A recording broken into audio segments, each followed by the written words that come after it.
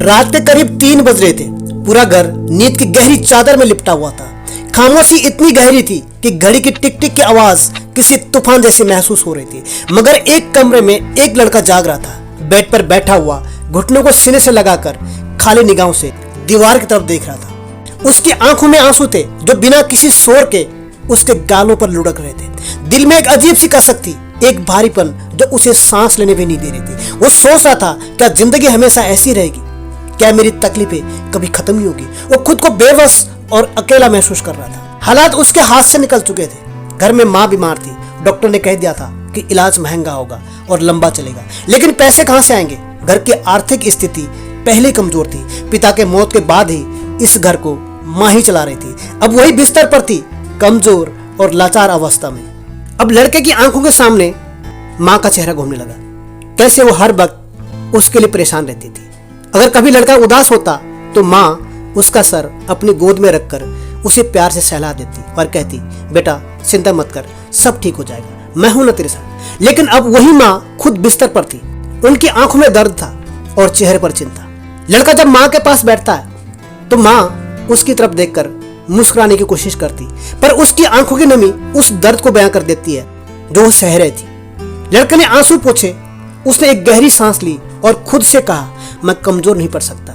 उसने तय कर लिया कि चाहे कितनी भी मुश्किल क्यों ना झेलनी पड़े, वो हार नहीं मानेगा। वो उठा, कमरे की खिड़की से बाहर देखा। दूर आसमान में चांद हल्की सी रोशनी बिखेर रहा था। उसे लगा जैसे चांद उससे कह रहा हो, अंधेरा हमेशा के लिए नहीं रहता। अब वो लड़का समझ चुका था, हाँ, उसे इस तकलीफ भरी जिंदगी से बाहर निकलना होगा। अब रोने से, तकलीफें गिनने से, किस्मत को कोसने से कुछ हासिल नहीं होने वाला। उसने महसूस किया कि अगर हालात बदलने हैं तो खुद को बदलना होगा। अपने डर, अपनी बेबसी और अपनी हार को ताकत में बदलना होगा। अगली सुबह लड़का जल्दी उठा।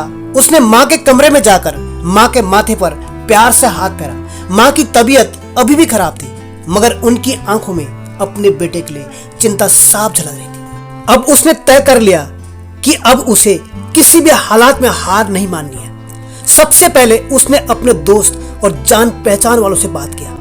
उसने मदद का वादा किया, उसने टाल दिया, मगर उसने हिम्मत नहीं हारी। धीरे धीरे समय बीता, उसे एक छोटी सी जॉब मिल गई। लड़के ने दिन रात मेहनत करना शुरू कर दी।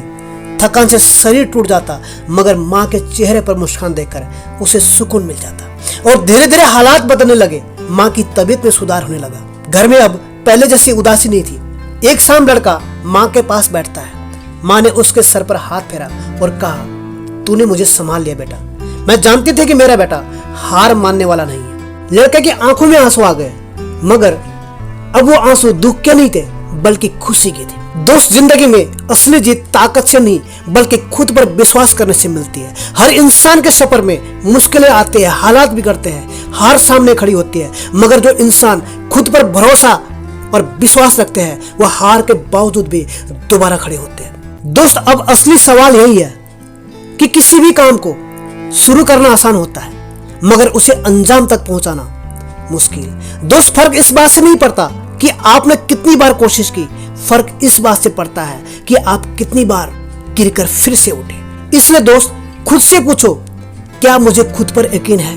अगर जवाब हाँ में है तो समझ लो कि अब जीत बस एक कदम दूरी पर है। याद रखना, हारा वही जिसने खुद पर भरोसा खो दिया, जीता वही जिसने हालात के खिलाफ खुद पर भरोसा बनाए रखा। अब फैसला आपके हाथ में है।